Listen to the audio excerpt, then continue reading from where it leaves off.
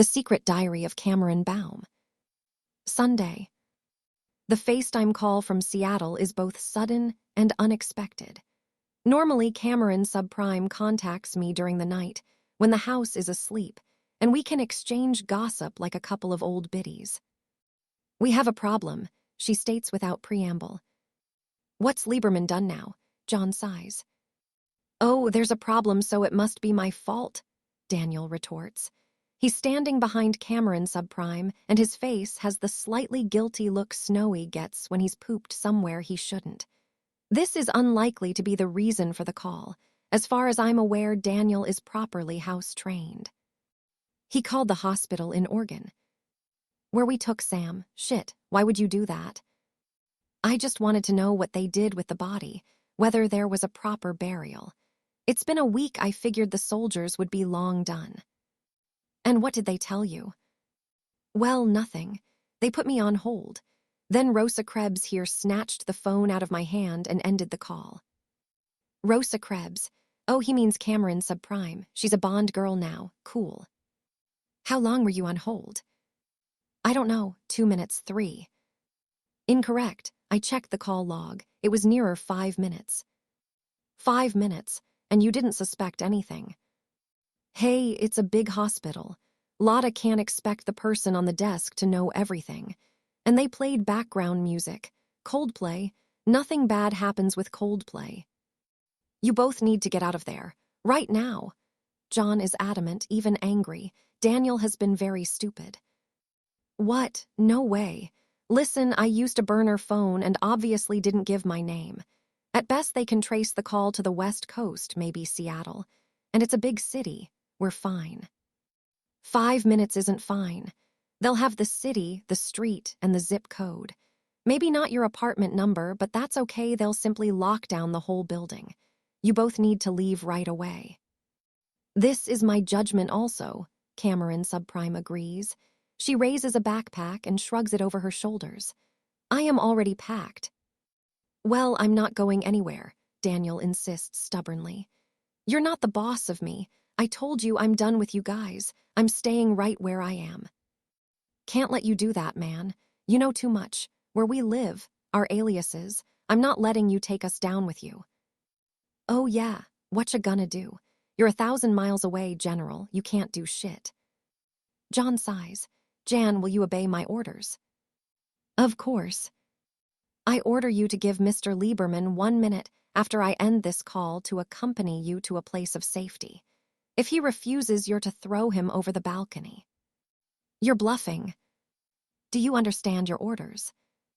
"Yes." "Will you carry them out?" "Yes." 1 minute. While we wait, John places a call to his mother, who is out jogging. She's 15 minutes away, but agrees the situation is serious enough for her to return immediately. "Should we begin enacting Operation Exodus?" I suggest. "Let's give it a few minutes." Operation Exodus is the code name for a full-scale evacuation of the safe house to be invoked only if our identities and whereabouts are on the verge of being discovered. It will mean loading everything of value into our vehicles and leaving here forever. We'd have to pull Mia out of school, citing a family emergency to cover our tracks. The only contingency more grave is Operation Alamo, when the authorities have found us, and we are trapped inside the house and have to fight our way out. Operation Alamo is also known as Holishit Warena Piklino. John paces the room, glancing at the still blank laptop screen. How could he be so stupid? Dead is dead. What difference does it make where Sam's body ends up? "How many of Mia's toys should we take with us?" I ask. It's the wrong thing to say. I said, give it a few minutes, damn it. That lunkhead's gotta see sense. He can be very stubborn. Like all humans, I don't add. Stubborn, not suicidal. We wait and wait. 10 minutes pass. Then the screen flickers to life. Cameron Subprime stares out at us. She seems to be in a room that's in the process of being refurbished. There are aluminum ladders, paint cans, and huge coils of electrical cable in the background. "Did he come with you?" John asks. "Yeah, I'm here." Daniel leans down into view. When this is done, we're through. I never want to see any of you again. Fine, as long as you're safe. I was always safe. I told you, no way could they trace that call. Where are you exactly? In the building opposite, Cameron Subprime explains. Daniel agreed to leave, but insisted we stay close enough to see that he is proved correct, and you are, I quote, full of shit. Is it secure? I believe so. This apartment is on the 5th floor and unoccupied while being remodeled. It is a Sunday, and the builders are unlikely to return to work until Monday morning at the earliest. Did anyone see you arrive? No one. We came up in the freight elevator. Okay, stay put for now. I told you nothing's gonna happen, Daniel's disembodied voice. He is out of shot. From the window, I've got a clear view of the street. This is a waste of time. We're. His voice trails off. What is it? What's happening? Nothing, it's nothing. Cameron Subprime turns her head. 3 dark panel vans have pulled up outside our building. It's nothing, probably plumbers. Frank the super said the water pressure's on the fritz again. Oh crap. What? Cameron Subprime is calmness personified. 12 soldiers in full riot gear have entered the building. The area is in the process of being cordoned off, she states calmly. Are they showing any interest in where you are? No. It appears they have the correct address right down to the zip code, just as you postulated. Cameron Subprime gives us a running commentary of events, her voice never betraying a scintilla of emotion. She might as well be reading a ticker tape of stock market averages. Atta girl. Barricades are in place. The tenants are being led out of the building under armed guard. The local police have arrived and are helping hold back the curious. Ah, I see a TV truck has turned up already and are about to broadcast. Channel 7. Oh, it's Katie Caffrey. Good morning, Seattle. I like her. She has nice hair and a friendly manner that never seems forced. What story are the media carrying? John asks. One moment. According to Google, a gas leak has been reported that requires a full evacuation of the building. Not very original, but certainly believable. They'll be going floor to floor looking for you. Is Lieberman there? John asks. Yeah, I'm here, Daniel replies sullenly. I suppose you want to gloat and say I told you so. Hey, everyone makes mistakes, and I've been doing this a lot longer than you have. Well, I guess I screwed up. I suppose Seattle's over for me, isn't it? Oh, big time. Listen, did you leave anything in your apartment that could lead them to us in LA? You mean like an address in my contacts? Damn, I knew I should have deleted that. You stupid Sonoff. Relax, General, there's no smoking gun. You're sure? Well, there's a notebook full of notes and diagrams on making a landmine. So if they find that, they'll probably think I'm the next Unabomber. Otherwise, yeah, I'm sure. My stupidity has limits. Pleased to hear it. What's happening now? The soldiers have all the tenants in the street. No one looks happy about it. Not surprised. Gas leak, my ass. Shit, there's Mr. Milburn from 7-9. He has late-stage emphysema. He shouldn't be outside. And there's Frank talking to one of the soldiers. He'll have a thing or two to say about it. No one knows the building better than Frank. Holy cow, he has Lulu. How the hell did I forget about Lulu? Lulu is Daniel's pet dog, a similar breed to Snowy, although lacking his placid temperament around cyborgs. Every time Cameron Subprime is nearby, she starts yapping, a trait that will make dogs a valuable early warning system for the resistance in the future. Here in the present, it's just a colossal pain in the ass. John says, okay, both of you stay where you are until dark. Then sneak out, steal a car, and head for Lowe's Angels. I'm not leaving without Lulu, Daniel insists stubbornly. Damn it, man. You're lucky you're not starting a life sentence. You wouldn't leave Snowy behind. How exactly are you going to get her back? I don't know. I'll think of something. Cameron Subprime says, I might have a plan. Hear that, General. Jan has a plan. She's a Jan with a plan. Can you get the dog back without getting captured? I believe there is a strong probability my plan will succeed. Hear that? A strong probability. For her, that's practically a slam dunk. John sighs. I can't believe I'm saying this. All right, give it your best shot. Call me when it's done. The screen goes blank. You didn't ask what the plan is, I point out. I know. Something tells me it's far from being the slam dunk they think it is. Then why allow them to proceed? Because Lieberman's correct about one thing. I wouldn't leave Snowy behind. He's right. For better or worse, neither would I. The Secret Diary of Cameron Baum. Subprime version. This is your plan. It'll never work. It will work. Why can't we go in through the front doors? Or the back? Because there are guards on each entrance. So, a little tap on the head. Guardy goes bye-byes. They have radios. We won't have enough time before one is missed. This plan is crazy. Crazy like a fax. Daniel rolls his eyes. It's Fox, crazy like a fox. We are on the roof of the building where we have been hiding out for 9 hours. It's the middle of the night, or 2:15 in the morning, to be precise. The tenants have long since been allowed back inside, and most of the soldiers have dispersed. Most, but not all. There are soldiers guarding the entrances and possibly more indoors. But none on the roof. Our two buildings are 42 feet apart, separated by nothing more tangible than air. All we need do is get from our roof to theirs, head down the back stairs to Frank the Super's apartment on the 3rd floor and retrieve Lulu, retrace our steps, and then head for Lowe's Angels without anyone being the wiser. Daniel peers over the parapet and shudders. It's 10 stories down, he points out. We are not going down. We are going across. On a tightrope. It's not a tightrope. We have brought several items up onto the roof with us from the apartment undergoing renovation. An aluminum step ladder and every coil of electrical cable. You really think this is going to work? I would hardly waste my time if I didn't.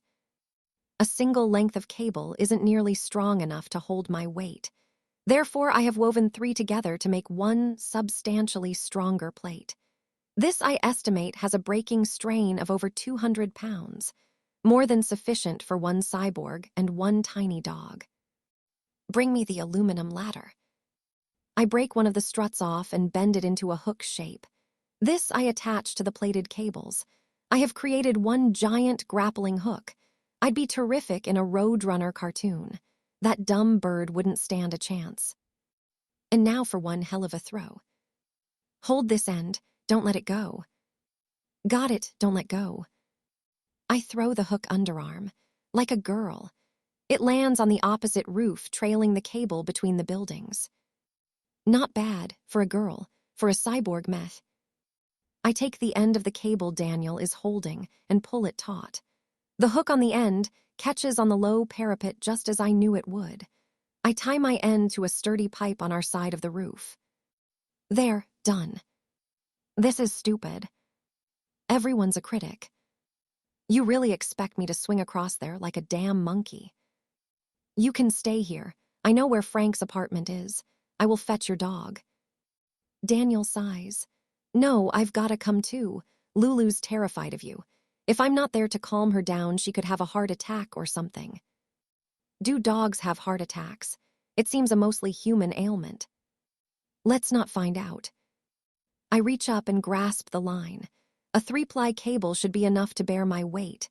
If not, a 10-story fall will do some serious damage to even a hardened combat chassis, and will almost certainly void the warranty.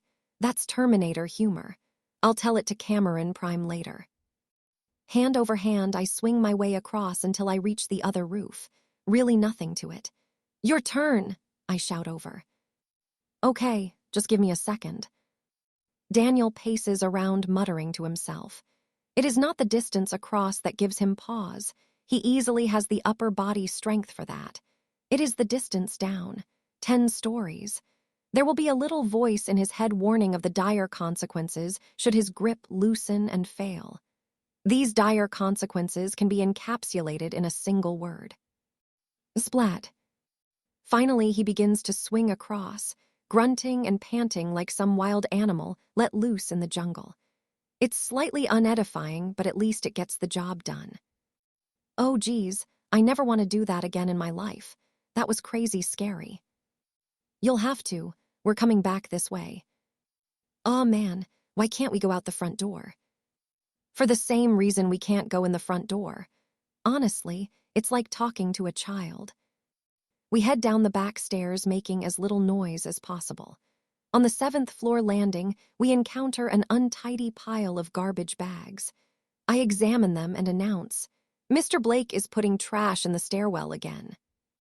So, it violates the tenancy agreement to only put trash down the garbage chute for regular disposal by city utility services. Ooh, busted. You want me to wait here while you go terminate the poor guy? Termination seems an excessive punishment. You think? We continue our descent. Frank the Super lives in a 3rd-floor apartment with a south-facing balcony where he cultivates tomatoes in pots during the summer months. Any surplus crop he distributes among his favored tenants, which includes me. The tomatoes are small, no bigger than cherries and therefore easily flushed down the toilet. Delicious. Daniel taps gently on the door and whispers, Frank, are you awake? Frank. We don't have time. I push the door, breaking the lock. No security alarm sounds. Frank doesn't feel the need for one. The building is generally a secure environment, and he is ex-Army and believes he can handle himself. He's probably correct. I know from prior snooping that there are 2 handguns in the apartment. One his old service-issue revolver kept mainly for sentimental reasons, the other a more modern handgun he keeps in a shoebox at the bottom of the wardrobe. Frank confessed to me that he hasn't fired a gun in years. Now would not be a good time to start. The bedroom is dark with the drapes closed. Frank is an indistinct blob lying under the bedcovers. He's lived alone since his wife passed years ago. Lulu is asleep curled in a makeshift bed made from an old cardboard box. She stirs as I enter and begins yapping. Nice to see you too. I grasp Frank by the collar of his pajamas and drag him into the living room. By the time I've secured him to a straight-backed chair with plastic zip ties, he is fully awake. Hey, Frank, sorry about this, Daniel says as he hovers nervously nearby. Just came for my dog, then we'll be out of your hair. How did you get in here? There are soldiers on all the entrances. Yeah, we know. We kinda took the high road, so to speak. Daniel takes a look around. Nice place you've got here. Never been here before. Frank isn't in the mood for small talk. The Army people told me you're wanted for killing 2 men, he says coldly. I didn't kill anyone, I swear. The gun they had didn't even belong to me. And they found bomb-making equipment in your apartment. Okay, well, technically it's a landmine, but I can see how you'd confuse the two. They told me Sam is dead. Did you kill him? What? No, definitely not. He had a heart attack. I was there. It was natural causes. You were there? Oh yeah, front row seat. Believe me, there was nothing we could do. He died in Oregon, apparently. Sam told me he was retiring to Florida, a house in Boca Raton. He showed me a picture. It was right by the beach. Yeah, well, he could hardly tell you the truth. Could he? Not with the big bads on his tail. Yes, they said he was a traitor who sold classified information to our enemies. Sam was a patriot who helped save the world, I state with conviction. Humanity should be proud of him and not slander his name. They asked me about Chrissy. Frank says, his voice barely rising above a murmur. Oh shit, how would they even know about her? They wanted to know what visitors you had, so I told them. Damned if I'll cover for a common terrorist. Chrissy is Daniel's ex-girlfriend, popular with the residents for the discounted Apple products she supplied. I've never met her, though Cameron Prime had a brief encounter. Not a natural blonde, apparently. Still, who are we to judge? We're not natural humans. Chrissy had nothing to do with this. Daniel insists, choosing to ignore the terrorist jibe. I don't doubt it. Chrissy was a sweet girl. Everyone liked her. Yeah, everyone just loved Chrissy. You know, she wasn't a saint. That Apple stuff she sold wholesale, She was on commission, and she knew how to sweet-talk you olds into buying crap you didn't need. Least she didn't make bombs and murder people. I told you I... Go and fetch your dog, I interrupt. I don't have time to listen to these two to swap insults. When Daniel has left the room, Frank say, they asked a lot of questions about you in particular. What did you tell them? The truth, you're a model tenant. Never any trouble. No loud music. No gentlemen callers. Always ready to help out around the building. I mentioned that time you fixed an old washing machine in the basement laundry room so it worked good as new, better even. Darned if they didn't unhook the thing and cart it away. Now why would the army want an old washing machine? I don't know. Except I do. Once they knew I was involved, they probably thought I used future tech that could be identified, removed and pressed into military service. All I did was replace the bearings and add extra lube. Good luck trying to weaponize an Xanasi twin tub. Daniel returns with Lulu cradled in his arms. The moment she sees me, she starts barking and frantically struggles to get free. Whoa, Lulu. Easy, girl, it's okay, it's me. No one's gonna awa, she bit me. Lulu drops to the floor and runs for the sanctuary of the bedroom. If she's anything like Snowy, she'll hide under the bed and believe this makes her invisible. Shit, I'm bleeding. Frank struggles to stay silent, only for his innate decency to kick in. There's a medical kit in the bathroom. Make sure you wash the wound before you dress it. Alone again with Frank, I inform him. Mr. Blake is dumping trash in the stairwell. Frank nods. He's got dementia, poor bastard. Started calling me Skipper and asking when his wife's coming back from the shops. She's been gone 20 years. 20 years. That is one long shopping trip. What will you do? Manage him as best I can, I suppose. His medical insurance doesn't cover full-time care, and I'm damned if I'll let him be evicted. Damn it, he was one of the first ashore at Anzio. Anzio, a long-ago battle in a long-ago war. You're a good man, Frank. Don't know about that. He stares at me shrewdly, a vestige of his previous kindness in his eyes. Listen, is that punk forcing you to do things against your will?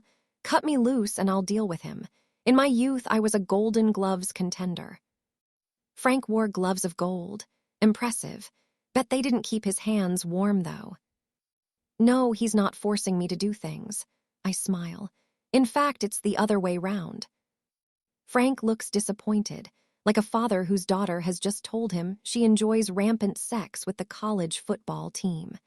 Perhaps that's how he sees me. A surrogate daughter always ready to lend a hand round the building, polite, organized, never causing any trouble. The revelation that I am complicit in all the crimes must be quite a shock to the system. He'd probably prefer the rampant sex. Daniel returns, his hand wrapped in white gauze. It's not a golden glove, but it has stemmed the bleeding. You should find a doctor to give you a tetanus shot, Frank suggests. A dog's mouth is teeming with all sorts of bacteria. You could end up seriously ill. I've seen it happen. I'll be fine. Lulu bit me all the time when she was a puppy. Wait here, I order. I'll go get your dog. I'll ziplock her jaws so she can't bite anyone.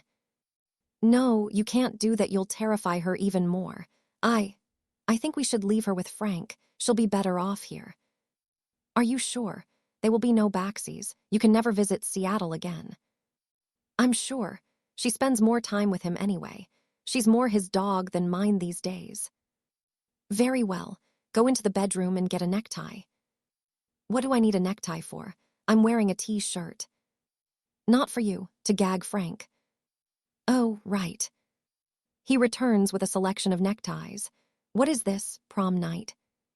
I choose a striped tie, one that is oddly familiar. Why do I know this tie? I ask.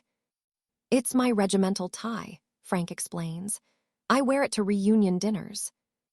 Of course, Frank was a soldier. He served in Vietnam. I remember now. I saw soldiers wearing these during the 70s. Frank snorts. I sincerely doubt you were even alive during the 70s. Oops. You're right. I misremembered. My bad. She gets ditzy sometimes. Daniel laughs nervously. She'd forget her head if it wasn't screwed on. Hardly, it's welded. Daniel is even slower recrossing the gap between the buildings, a consequence of his injured hand. There is nothing I can do but wait. The plated cables simply won't support both our weights. When he finally makes it across, he bends over, cradling his hand close to his chest, like it's a small, wounded animal. Let me see. I'm fine, just give me a minute. Let me see, I insist. He reluctantly allows me to examine his hand. Lulu's teeth have made 4 distinct puncture wounds. Fortunately, there is no tearing. The tendons haven't been damaged, and the flesh is no longer bleeding to any great extent. This injury isn't life-threatening, nor will it maim you. Blood loss is minimal, so you are unlikely to bleed out.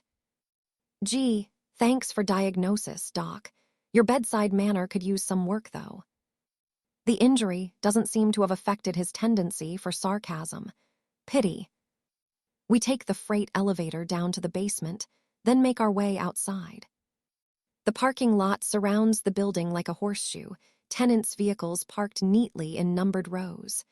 Modern LED lighting bathes everything in a harsh white glow. Whatever happened to halogen?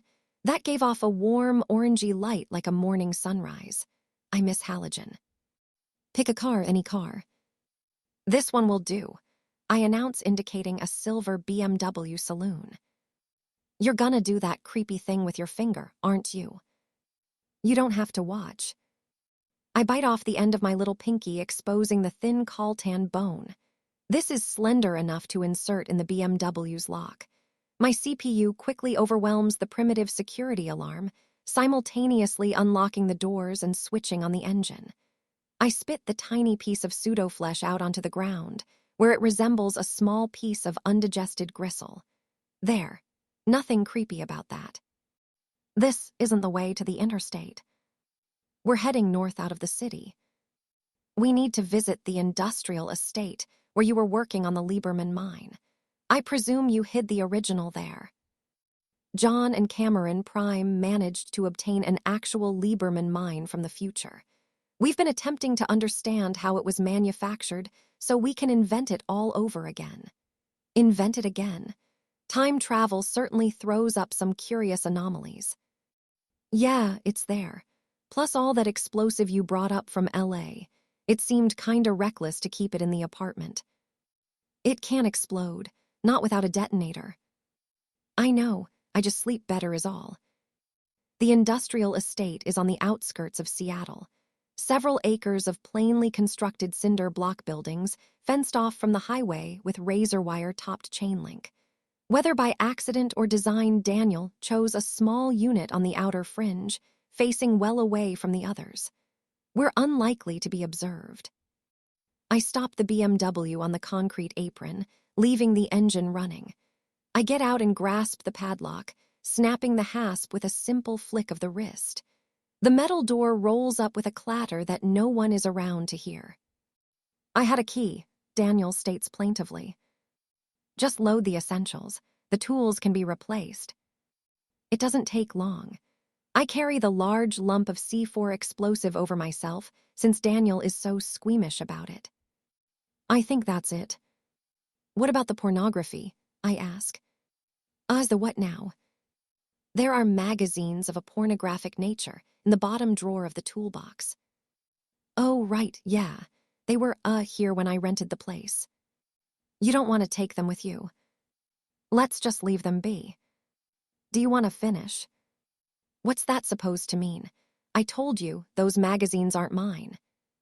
Do you want to finish loading the vehicle? Oh, right, I thought you meant. Doesn't matter. Monday. 4:00 a.m. Southbound on the interstate. Daniel stares pensively out the side window at the passing scenery, such as it is. He has much to be pensive about. Largely due to his own foolishness, he has been cut adrift from his old identity, with the familiar habits and sureties it provided, and for good measure abandoned Lulu, his pet dog. Time for some empathy. How is your hand? I ask. Empathy, the ability to understand and share the feelings of others, comes easy to humans. For our kind, it's strictly a work in progress. Still throbs. Got any painkillers? What do you think? Stupid question. I swiped some from Frank's medicine cabinet while I had the chance. You wouldn't believe the drugs that guy has. Bottle after bottle. I never figured Frank for a pillhead. The drugs are most likely for age-related physical ailments, not recreational use. I guess. Hey, what were you two whispering about while I was in the bathroom? Frank suspected you were leading me astray. There is prolonged laughter. Oh, that's a good one. Frank's a born chauvinist. It's a generational thing. He can't conceive of a pretty girl lying and behaving badly. It's why Chrissy made such a killing selling crap the olds didn't need. He grins. Man, I'd like to see Chrissy's face when government super agents show up on her doorstep.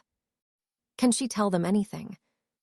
Nope, not unless they're interested in how I like my eggs done, or what favorite TV show is. You like your eggs over easy. You state your favorite TV show is The Walking Dead. However, TiVo usage indicates it is actually America's top model. How do you know that? I watch, I listen, I collate data. Just when I thought you couldn't get any weirder. He flexes his fingers and winces. You think Frank's gonna be okay back there? He's tied to a chair. How hard can it be? He's pretty old. All the more reason to be sitting down. When do you think they'll find him? 8 minutes past 7. Come on, how can you possibly know that?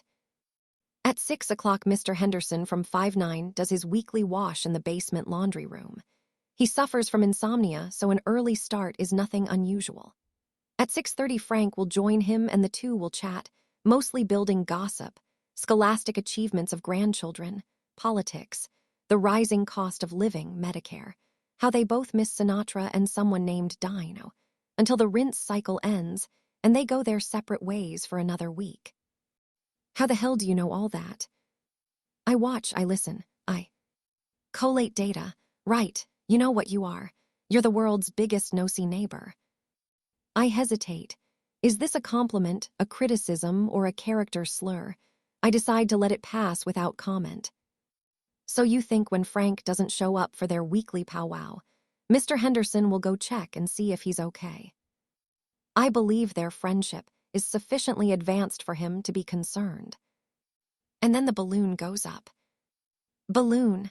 Oh no, Mr. Henderson is elderly. He's far too old for balloons. This is funny somehow. So we have a 4-hour head start. At least, more if they waste time searching the building again. Think you'll miss it. Miss what? The swinging 60s. Duh, the apartment building. Home, will you miss it? I am not sentimental about places. You and Frank were pretty tight. Or people. How much do you think they told him about us, I mean? That we lied about our identities and are wanted by the law. He inferred as much. He called me a terrorist. That bothers you? A shrug. I dunno, maybe. It'd be nice if once in a while we could tell people we're the good guys. I have heard John make a similar remark. In time, you will both be regarded as heroes. Will they build statues? I'd like a statue. In the future, they will build statues in your honor. People will gaze up at you with awe and respect. This finally shuts him up, and I can concentrate on driving. Empathy. Nailed it. 6:16 a.m. Southbound approaching Oakland, west of San Francisco. Interstate traffic is flowing smoothly while to the east the rising sun turns the sparse clouds into long, ragged slashes of red as if the very sky is bleeding. I like it. Beside me, Daniel is sleeping. The adrenaline that fueled this most hectic of days has finally subsided to be replaced by fatigue and the need for restorative slumber. Humans are little more than skin bags of perpetually fermenting chemicals. And he thinks my finger trick is creepy. The BMW glides along with the barest input from me. I keep it at a steady 2 mph below the speed limit. which makes it a surprise when a California highway patrolman appears in the next lane. He cruises alongside for a few moments, gives a brief glance across, then guns his Harley to pull ahead. Something about that glance. I dedicate one eye to following him, tracking as he weaves in and out of the traffic. The image becomes grainy as he pulls further and further ahead. Still, something about that glance. The grainy image of the highway patrolman reaches down and raises a small handset to his mouth. His lips move as he talks. An algorithm designed to read lips starts automatically, distance, and the angle of his body making the words sparse and incomplete. THEDS, TIN Stow, NVC, OO, NTS, ADOO, NREC, NGI, DIEBA, PWID, YO, F, SPTIA, HO, and TE, SO T, Y, ENT, GTIA, Y. Yet another subroutine kicks in to decipher this gobbledygook by using predictive software. Matching the description of the stolen vehicle, 2 occupants, man and a woman, requesting immediate backup. Why don't you fellas put a hello in the air so they don't get away? I require no further aids to decode this. The meaning is clear. We've been made.